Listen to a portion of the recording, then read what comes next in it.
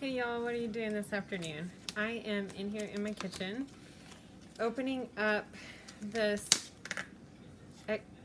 X-City, I'm not sure how to say it, but I'm opening up this infrared thermometer because I am teaching myself how to make soap here. And part of the process of making the soap is testing out like the temperature of the lye and the combination of the lye in the water, and then the oils and everything before you combine the two.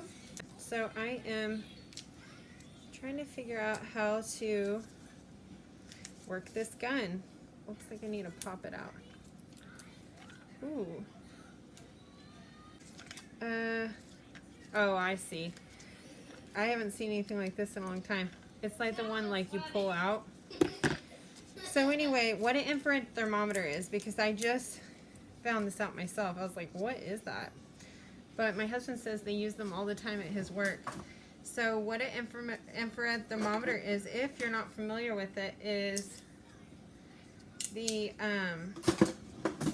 I guess it kind of has like a infrared laser that you aim at something, you know, like maybe a certain distance from that object, and it tells you roughly what the temperature of that item is. So with the soap, it's recommended that your water lye mixture be within 10 degrees of your oil mixture, to try to avoid, you know, too strong of a reaction. So I thought it would be wise to get one of these, and I definitely don't want to be sticking my food thermometer in, by the way, I'm like breathing in like crazy. I got these from the Dollar Tree, and you can see like the quality level here. But anyway, but yeah, I thought it would be a good idea to go ahead and not use my food-based thermometer for sticking on lye water. So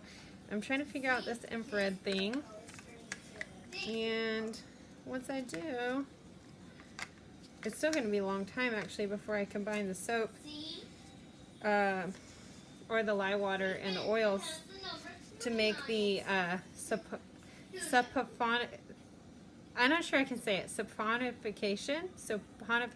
I think I just said it. Anyway, it's going to be a minute before I can do that, because it takes several hours for the lye water to cool down to the temperature of the oils. And I am making a pine tar soap. This will be my first batch of soap. This is an old-fashioned soap, and apparently because the pine tar, it sets up super fast. If you're wondering why I'm wearing this crazy face mask, it's because of my lye solution behind me. So I gotta figure out how to turn on this thermo gun.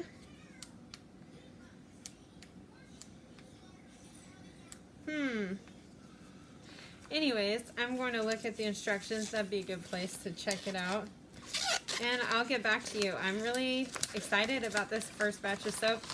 Okay, so I checked out the laser gun, and my lye water is the temperature of 148 Fahrenheit, in that range.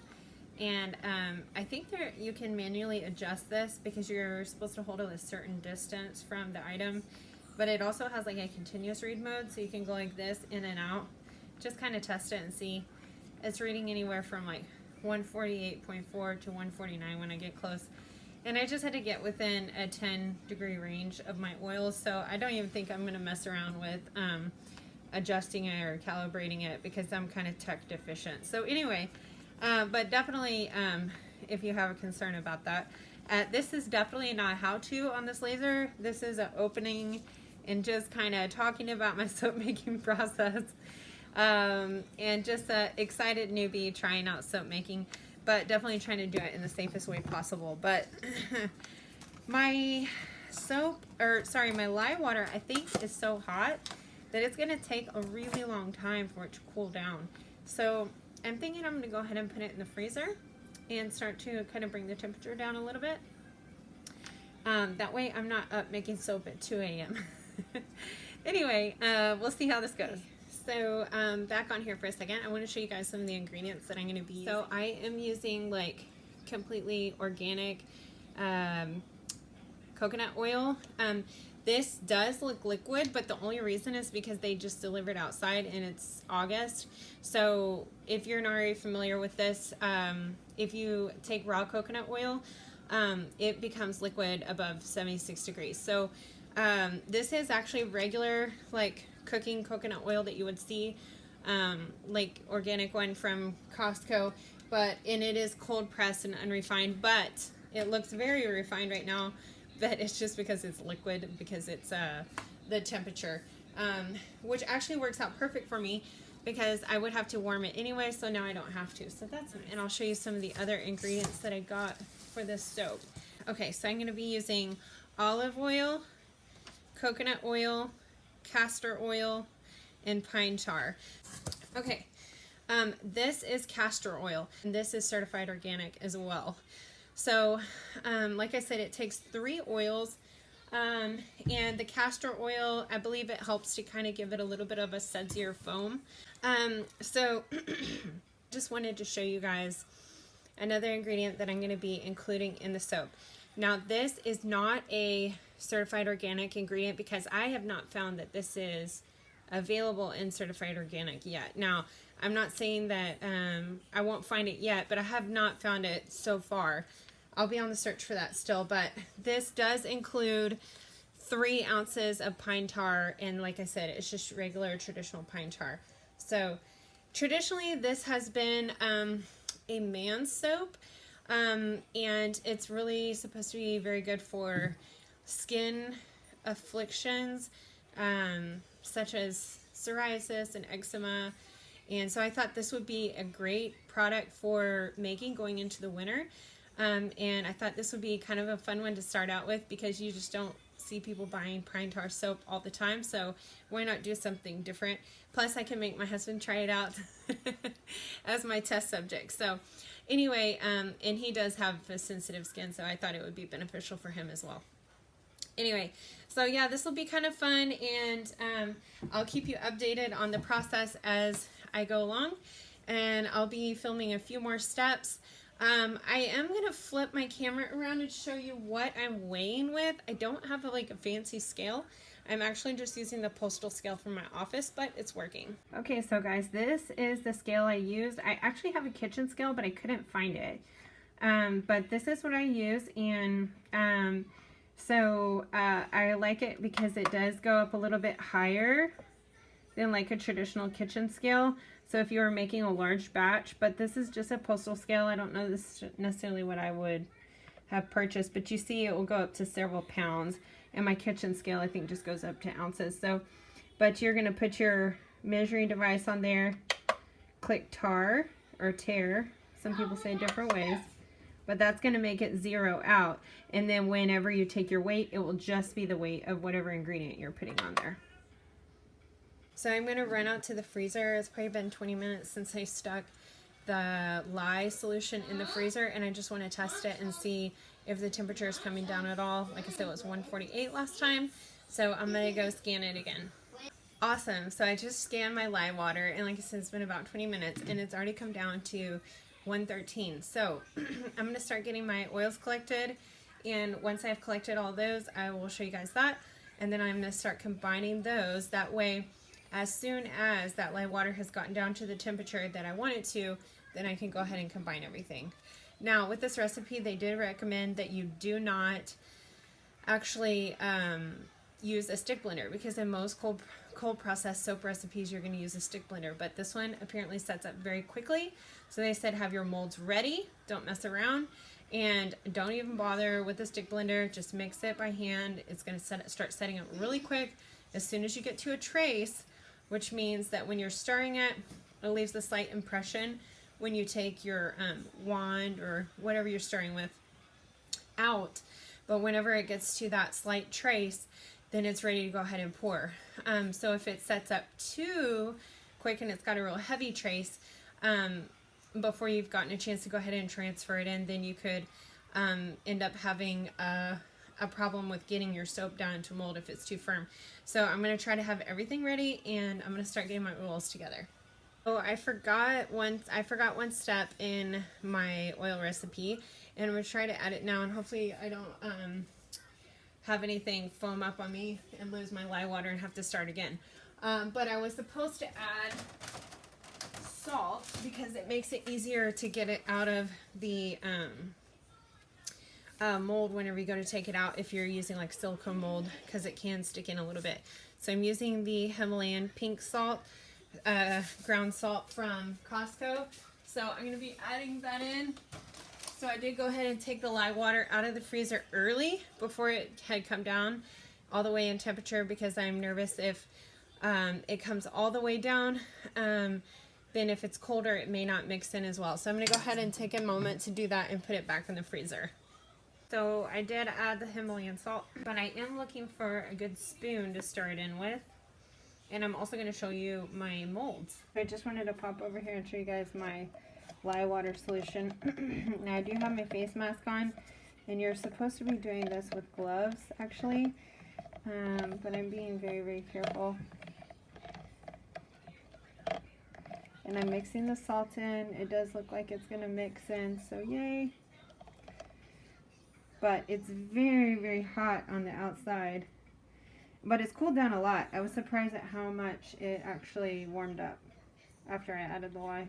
Hey, now I'm over here at the scale. Now, I apologize for the light over here, but there's just no helping it. It's just where I'm at in the kitchen. So I have a big heat-proof container that I have on the scale here. I'm going to tear it out, and then I'm going to start adding in my oils. I'm going to flip around and show you guys my mold that I've got prepared already.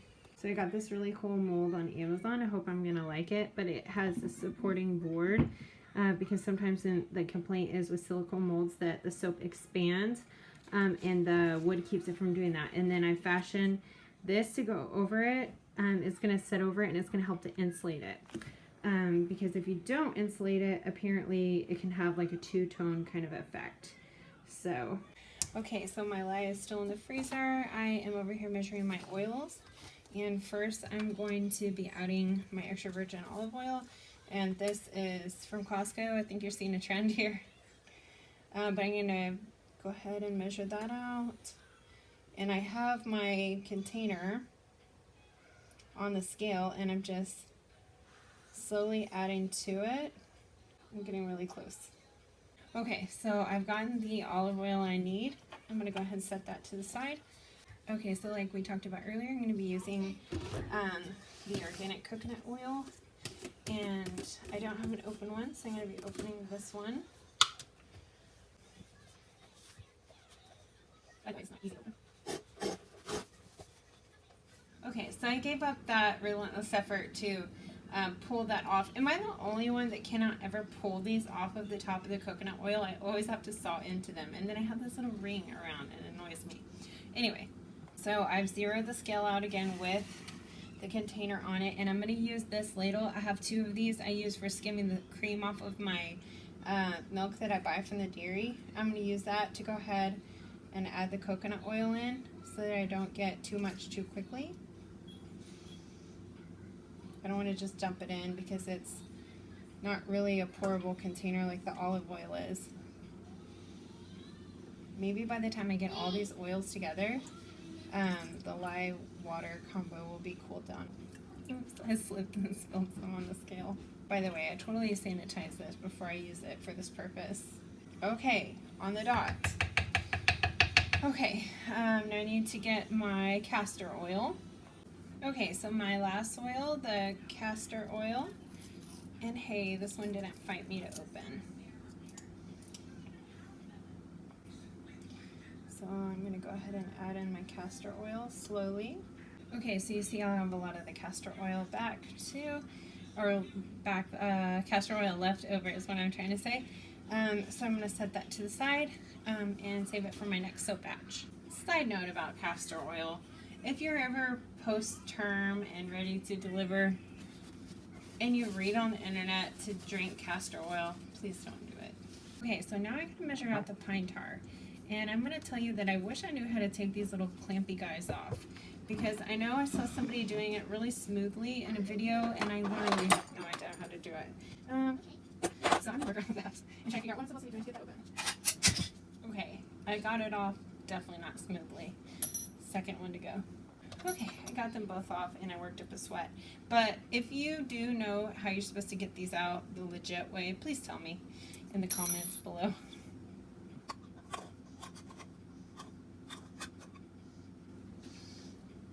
Whoa. That's more strong. Just to give you an idea of how dark this stuff is, this is a lid for it. But I am about to start measuring it out. I don't want to use my nice little scoopers that I use for my cream because I'm kind of afraid that the pine tar will permeate into it. So I'm just going to use a regular measuring spoon. So I need to actually get to 3 ounces of this pine tar. I've been measuring several spoonfuls already and I'm at 1.7. Okay, so I just finally got to 3 ounces. I'm going to go ahead and go ahead and add that in. I gotta figure out how to close this lid back. That'll be interesting. Maybe my husband can shine some light on that. Okay, so I'm going to flip the camera around so you can see my oils and before I add the pine tar. Okay, so this is all the oils. You can see just very yellow. And we'll see what the coloring looks like after I add the pine tar. Now this is after I've added the pine tar and you can see how much darker it is. I'm going to go ahead and shoot it with my laser here and see what the temperature is as well.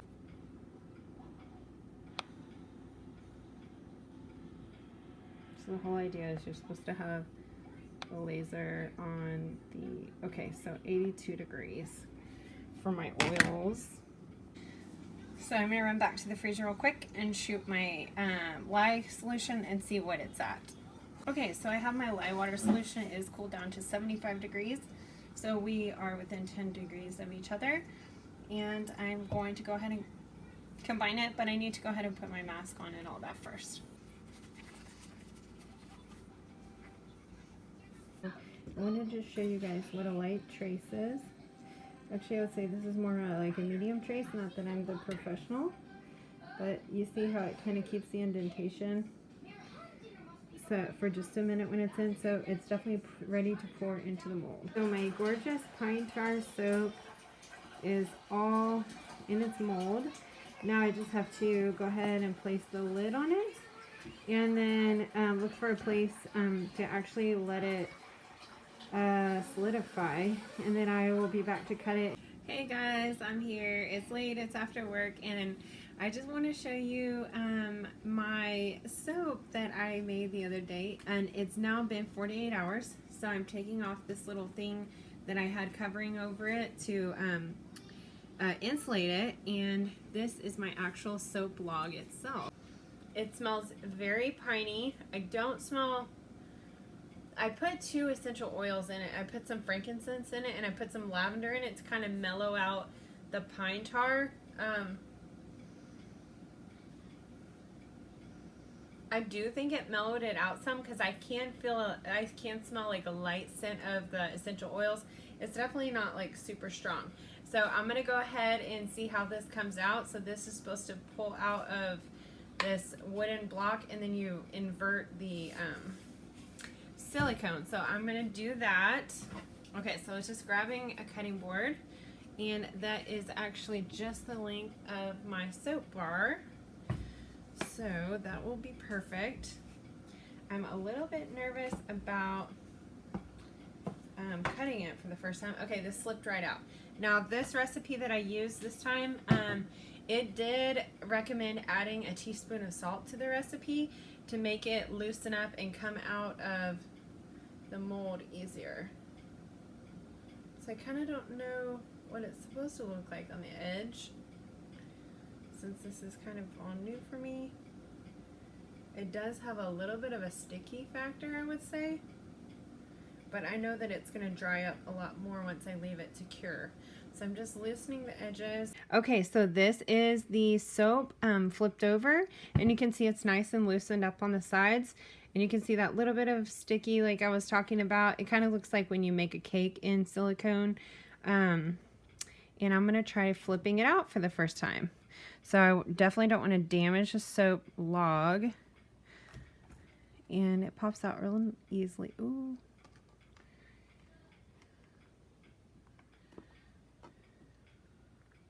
So I probably should watch a video of myself about removing it from the log. But it will be a little trial and error here.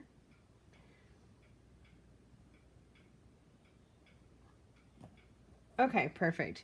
So I was afraid that it was really sticking here, but it did end up coming out. You can see there's just a tiny bit of a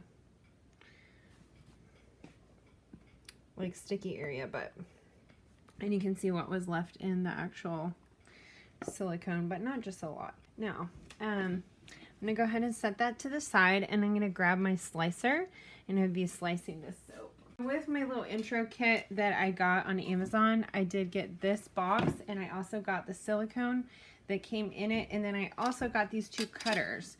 So these are the cutters that I got. So I'm trying to decide if I want to do like a plain cut or kind of like a wavy fancy cut. So what do you think, babe? Which one? Wavy. Wavy? Okay, so we'll go for the wavy cut. This is a man soap, and my husband is going to be the one testing it, so it's very appropriate for him to make the call on that. Ooh, it cuts like really nicely, like butter actually. So let's see how this actually looks. Now that's kind of cool actually. Mm-hmm. That definitely looks neat. So what do you think of the smell, babe? Piney? Smells manly. So we're going to go ahead and cut all these pieces, and then I'm going to put it on a drying rack to do some additional curing. But I really like that scalloped look on the edge. That's kind of fun. So we'll see how many comes out of this loaf.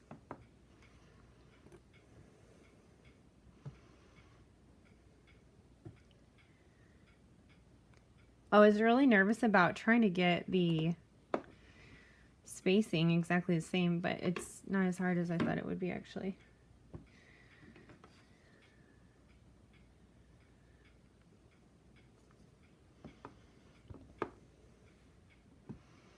And I say this is a guy's soap, but anybody could really use it. But traditionally it's been used as a men's soap. But it has pine tar, which is really good for different skin conditions, psoriasis, acne, dermatitis type of things. And then the frankincense and the lavender should, like I said, mellow down the smell, but also add a calming benefit to the skin.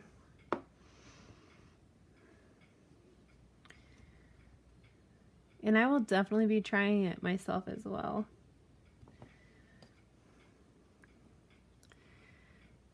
I would think this would be a good soap for using after the gym to really get you super clean.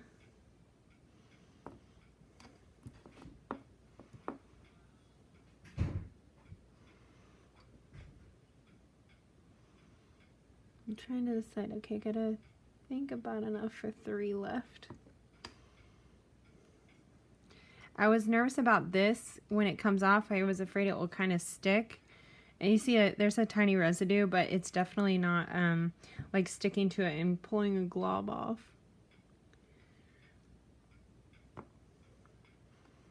Okay, the last piece. So my first batch of soap. I'm so excited. Let's see how many pieces I ended up getting out of this one. 12 pieces out of this log, and this is a 42 ounce log. So I'll be washing this and making some more soaps. The next soap I'm going to be making is the apple cider, but this will be our first tester soap. Now I am going to put it on a rack to cure for 4 to 6 weeks before I let anybody test it, and I will check back in to let you know how it is looking. I wanted to show you guys that I have my soap up here drying on a rack, and we're going to just go ahead and let it cure there, and it will turn milder and much firmer. I have had some resources say that it's okay to go ahead and use it within a week or so, but other people say that it's much too strong and you need to wait for it to be milder. But pretty much everybody says that if you use it early on, that it's just going to turn very mushy and most of it will wash down the drain. So you really want to wait for it to harden up. That way when you use it in the bath, like you can just get a nice lather off of it, but then your nice hard bar is still there.